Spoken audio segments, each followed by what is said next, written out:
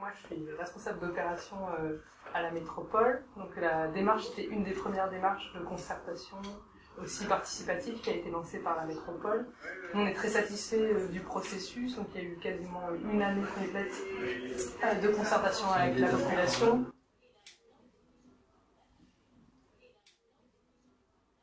Moi, je suis du quartier. J'ai eu connaissance qu'une association essayait d'exprimer des souhaits par rapport à ce grand espace du champ de course. Enfin, il ressort que beaucoup de gens souhaitent qu'il reste accessible avec peu d'aménagements, largement naturel. Par la suite, des travaux scientifiques ont prouvé qu'il y avait un intérêt floristique et faunistique. Et lors des dernières réunions, il semble que ces messages ont été entendus. Et évidemment, c'est satisfaisant. Maintenant, on verra les décisions ultérieures. La concertation, elle est finalement assez classique dans sa forme. Je trouvais qu'elle avait, elle était un peu restrictive sur le périmètre des gens qui ont pu témoigner. Voisinage, comme moi qui est à côté, on est, comment dire, ceux qui connaissent un peu plus, évidemment, mais on n'est peut-être pas très représentatif, c'est vrai, ce sera le parc de la métropole Anse de la Créa. Donc c'est les gens de Saint-Ostrovert à aller 30 km de là, et puis bof, 25 km, j'en ai peut-être même pas entendu parler. Moi je trouve que c'est un peu dilué. Bon, c'est vrai que c'est bien, tout le monde s'exprime, c'est apparemment c'est plutôt bien démocratique, mais c'est le côté culturel qui manque. Je suis venue donc à toutes les réunions précédentes. L'étude qui a été faite jusqu'alors, on n'a jamais parlé argent.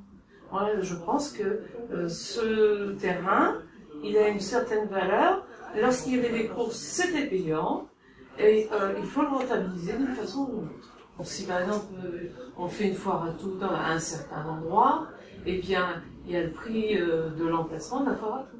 Là, ce que je trouve intéressant dans ce qui a été dit ce soir, notamment, c'est l'idée de la co-construction d'un projet qui est un work in progress, comme dirait les Anglais, et qui invite un certain nombre d'acteurs associatifs, culturels, à se positionner et puis à imaginer leur propre parc et ce qu'ils ont envie d'en faire demain.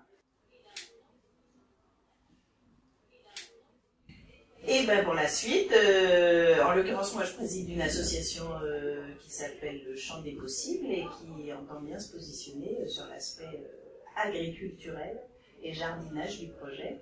Donc effectivement, assez naturellement, l'idée d'une co-construction, mais ça m'intéresse.